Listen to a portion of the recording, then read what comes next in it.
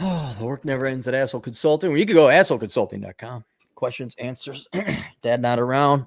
Teachers lied to you. Professors lied to you. Media lies to you. Wow, that's like 95% of the U.S. population. I am never going to run out of business. Never going to run out.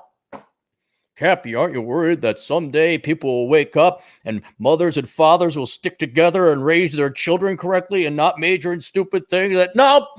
Nope. Nope. There's a scourge, a plague, and a pandemic of single moms and broken homes and deadbeat dads and their rat bastard children that no one wants. And they will come to me. And I'll say, hey, give me some money. You got some lunch money there, kid? Give that to me. All right, here you go. Don't major in stupid shit. All right, I helped you out more. I helped you out more than anyone you know. There you go. Goodbye. And then our good buddy Dre has a question, two questions, which I'm horrifically inexperienced to answer. Greetings, Captain Misanthrope. A short request. Why do you think there's a bad stigma of joining the military in the sense that it's only for people who have no other options in life, not smart enough to go to college? I've even had a lot of higher ups, especially the staff non-commissioned officers, E6. I don't know the E's. I don't know the E's or the O's. Don't give me the E. Oh, I was an E46.5. I don't know what that means. I know private, corporal, sergeant, lieutenant, captain, major, colonel, general. I don't know the vice generals, the brigadier generals, the lieutenant colonels, or the colonel sergeants. I just know the basic rank. I could have been an E7, but I was like, oh, bad move, Jeans. You're not an E7. Oh, man, you could have totally made that.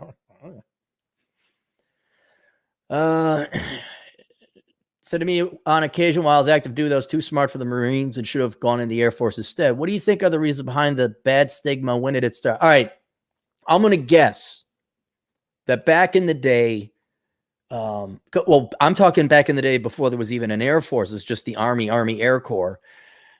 They probably had some kind of intelligence tests, similar to the ASVAB. And they would have said, okay, well, if you're going to do, you're not that, but you better go to the Marines. Because I guess the Navy at the time would have required more engineers, more nerds and brains, because there's a lot of math involved and the artillery and engineering with the boats and all that other stuff. I never really knew what the difference between the Army and the Marines were, except that the Marines went in and you were part of the Navy, but you went in to capture a place. I'm like, what the fuck is the Army for then? What do you just walk in and hold it? And my grandpa and maybe it's not that, because my grandpa in the European theater, he was Army and he was taking towns. But my grandpa in the Marines, they were taking islands. They were in the Pacific. In any case, I just think for whatever reason, the Marines, that's where the strong, you weren't that bright, but you would kick a lot of ass. Okay. Didn't mean you were dumb. You're just physically in great shape. I'm guessing. I don't know. You probably know better. You could probably ask a military historian as to what that was. Then with the advent of the Air Corps and then the Air Force, again, because of just because of the machinery and the equipment, I guess, we got to keep planes up in the air. We need engineers. We need aerospace engineers. We need pilots. So they're going to go, and then especially the technology nowadays with, I got a buddy, he's got a 157 IQ, and his job is to basically interact between, he's Air Force, and his job is to train the Army how to call in coordinates to the B-52 weapons platform so that the Army doesn't fail to carry the one or is 1 decimal point off and they're firing on their own position from a B-52. Kind of important work. And he's just a brilliant man, but they needed, I guess, that role. You got obviously no math, you got to know programming. And I think he's like the 3rd or 4th string for the B-52 pilot in case the other 3 pilots get killed. And I'm like, oh man. And I can't say more than that, but it's kind of funny because like, you land a B-52. He's like, yep. And he's so cool. Like, yeah. I'm like, you land a B-52. Yeah. I'm like, wow. So I guess it was the role of each branch of the army or the military that determined it. But the stigma of joining the military as like in general, as that having a bad stigma, and that was for W. Yeah, that was enforced. Like I could testify to that. Like you like, no, we're not, especially when the Soviet Union fell, which was 89 to 91. Also the Soviet Union fell in 91, but the East Germany, the Soviet bloc, was starting to dissipate in 1989. They're like, oh, dude, they're not going to have anything. And then I also remember the Panama invasion, Noriega, and Desert Storm, the first Gulf War, lasted a hot 15 minutes. And it was just kind of like this. Oh, so yeah. Oh, you didn't go. Oh, everyone had to go to college. Everyone's going to, and the VOTEC, all those motorheads who could actually fix their cars and are losers, and the girls are sucking their dicks. Yeah, all those losers are like totally stupid. And, you know, they could get a car to run, but you don't even know how to drive standard transmission. So you're going to be educated smart. You're going to be a college boy. Yeah, those losers. The ones getting laid. The reason you're going to college to get all the money so you could get the girls, yeah, they're getting them now at the age of 15, 16, and 17. Those losers went to VOTEC. You don't want to go to the military. That's for idiots. That's for morons. That's if you can't make it into college. So there was this total channeling, which is where I do feel a little bit of sympathy and sadness for the millennials, because yeah, they were channeled just the same. So yeah, so why there was that I have no idea. None. Maybe it was like boomers, like what few elite of them, you know, when you went to college, I think only like 10 or 15% of the boomers went to college. Now, if I got to look up the data again, over half the kids go to college. So college is bullshit. Now, we all knew that, but college is completely worthless. But maybe back in the day, or maybe their parents, you know, the greatest generation was telling them, oh no, college is the way to go. I remember my grandpa saying that, like, you got to go to college. You don't want to be some pig shit shoveler, you know. My grandpa was pretty cool like that. Come here, listen, you dumb little shit. We're all dumb little shits. Listen, you dumb little shits. Ah, Grandpa, he got me a little shit. Here's some $2 bills. All right, here's some Eisenhower. There you go. All right, go out and play, you little shits. It could have been like, yeah, you don't want to, you know, the real smart and real successful people, and the boomers and some of the silent generation, the lawyers and the doctors. Oh, you got to go to college. That's why. And, you know, it could have also been some of the boomers, you know, Vietnam vets, and certainly some of the World War II generation, like, war was hell. It sucked. Don't go there. You know, yeah, go work in an office. You don't want to get shot. You don't want to see your buddies die or get blown up.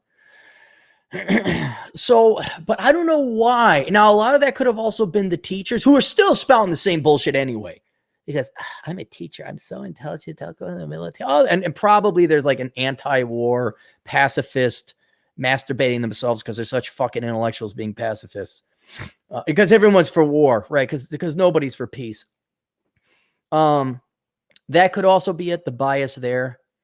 But I do remember, as to why I can't understand. Because I remember Army, Navy, Air Force, Marines. That's a good place to start. That was the thing. That was the little model, the little jingle they had. Yeah, but there was definitely a bias painted against it. Now, I don't know. I haven't been in high school in quite some time. You know, I think the internet, thank God, is getting out of there. And when these kids look at college tuition costs, they're like, what? What do I got to do? 4 years? That's it? So I don't know why there's that stigma. But I guess naivete, maybe, I don't know. And then, you know, these guys saying that you're too smart for the Marines and you should have gone Air Force. Well, maybe you had the aptitude. I mean, a lot of it's all aptitude based. If you aced your ASVAB, maybe you could have gone into, and maybe you might want to think while you're out of the Marines now. But maybe if you thought about joining up with the military again, maybe you think the Navy or the Air Force. You know, maybe you have the technical, especially with your degree. You might want to think about it. But the only reason they would have said Air Force instead was because they kind of probably do need some squares. They do need a lot of math guys because it's more technologically invested or higher technological capital. Both you and Coach Red Pill had mentioned in your videos at one occasion or more in your videos that one of your biggest regrets in life was not joining the military. I did not know that about Coach Red Pill. when you were younger? I've had a lot of guys older than 40 mention to me that it was also their biggest regrets in life, especially when they found out that I served the Marines from 17 to 21 as a combat engineer right after graduating from high school. It was my very first job. If you could go back to be 17 again, what branch would you serve in? Well, if I was 17 and being a dipshit that I was, I probably would have joined the Air Force because I would have thought it was the easiest. My stepdad was a Vietnam vet, grizzled as all hell. And he scared the ever-living bejesus out of us. Like, oh, you got to run 20 miles and carry 1,000 pounds. And I'm like, I don't want to do any of that. And little did I realize that all the biking and cycling and running and hiking I had done would have actually made me pretty well trained for basic anyway, because I guess most of it's running and cardio. But then you got to carry you go for a rucksack hike and all that. And by today's standards, I guess it's a lot less. But at 17, if I would have, with my 17-year-old brain, I would have probably picked the Air Force. Not think about what would have been best for me, but just would have had been easiest. And I don't know now. If I was older, I did look into the Army National Guard, was it? And the guy was like, "You're too old, but we get a lot of dropouts." And he's like, "We could, like you could, but let me see if we get." No, he never called me back, so I guess they had enough. That was in Wyoming. I don't know why I say this, but probably not the Air Force, not the Navy. I know I wouldn't want to do not that I don't like water. It's just I don't want to be on a boat. I don't know what it is. That's just the Navy. I'm like, well, would it be cool? You go around like, I don't know. Maybe I'm too claustrophobic. But probably Army, and not the Marines, because I frankly would be too much of a pussy. Even if, like, it sounds really hard. I'd be like the Army, and what I probably would have gone for, because I could cover now. If I knew a little bit about myself more, maybe my MOS would have been a sniper. Not to sound sexy, but I could cover long distances. I could get over mountains, or at least the passes.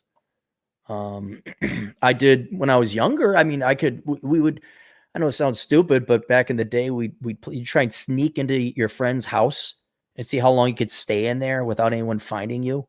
This was a game. It wasn't just like we snuck into one person's house that they didn't know. Like, they knew we were there and trying to, see if their family didn't find us or anything like that.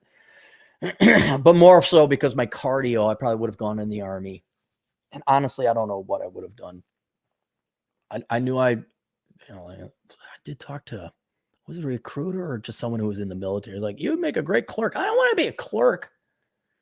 I don't know. I'd have them give me the test. They say, oh, you're perfectly suited for tank combat. What a tank. All right. Yeah. Oh, you're perfectly suited to do to clean the latrines. Oh, all right. Well, I better go do that. But yeah, I'd have no idea. I guess I'd lean towards the Army. The Air Force, unless you could fly, I don't know, and I wasn't a big geek tech head.